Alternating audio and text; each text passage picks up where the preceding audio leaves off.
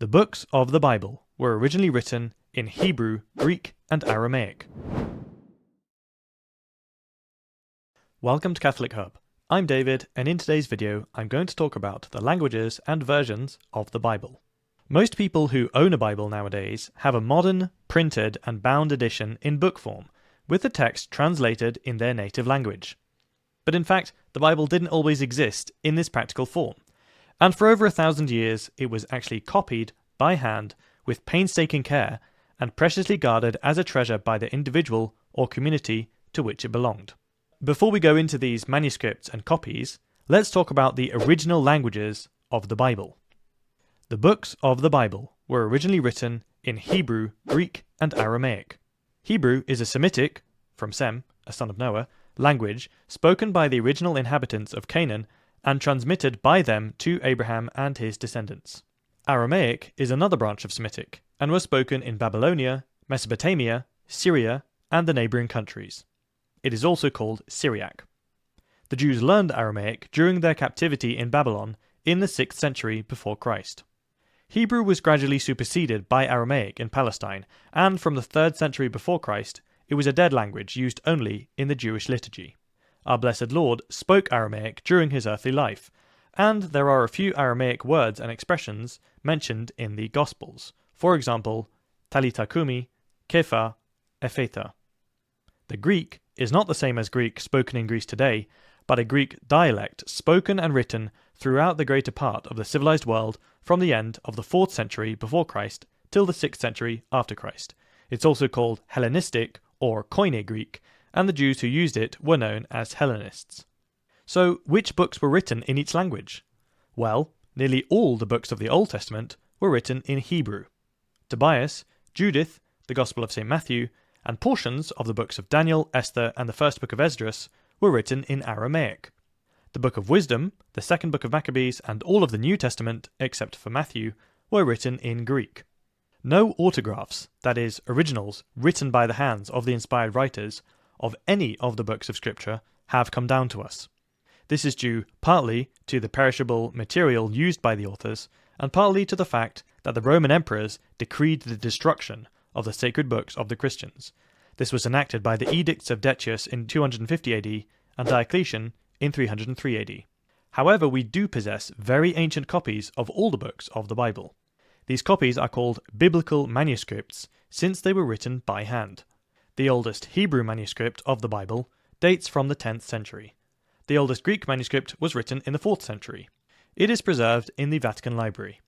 The books of the Old Testament were translated into Greek long before the time of Christ, and those of the New Testament from the original Greek into Latin, Syriac, and other languages no later than the 2nd century after Christ. The two most important translations are the Greek Septuagint and the Latin Vulgate. The Septuagint translation was made in the 3rd century before Christ to meet the religious needs of the Greek-speaking Jews of Alexandria in Egypt. About the year 290 BC, the 5 books of Moses were translated into Greek, as the legend has it, by 70 learned Jews from Jerusalem, whence came the name Septuagint, that is, the work of the 70, from the Latin Septuaginta. Through the Septuagint translation, the Greek-speaking pagans obtained a knowledge of divine revelation and were thus prepared for the preaching of the gospel. The apostles made use of the Septuagint in their preaching and writing, thus consecrating it, as it were, for all time. The Vulgate is the most famous Latin translation of the Bible. It is almost exclusively the work of St. Jerome, who undertook it at the request of Pope Damasus. The translation of St. Jerome became, by degrees, the only Latin version used in the Western Church, and for this reason it was known as the Vulgate, from the Latin word vulgata, which means widely circulated or in common use. The Council of Trent declared the Vulgate to be the authentic Latin version, and the one to be used in public in the Western Church. If you want to learn more about the versions of the Bible, I highly recommend reading the Catholic Encyclopedia article on this topic, which goes into much more detail than I've covered here. You can find that over at newadvent.org, and I will make sure to put a link to that in the description. The most well-known English Catholic translation of the Scriptures is known as the Douay or Douay-Rheims version, because it was prepared at the English College of Douay in France. The New Testament was published at Rheims in 1582 and the Old Testament at Douay in 1609.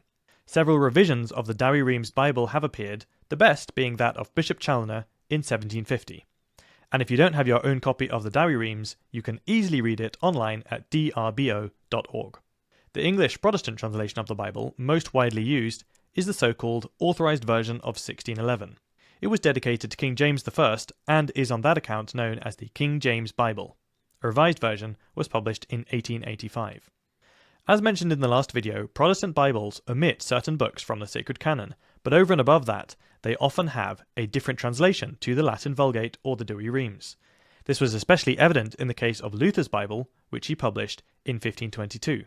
In the words of the Catholic Encyclopedia, his renderings were often excessively free, and at times he arbitrarily changed the sense of the original.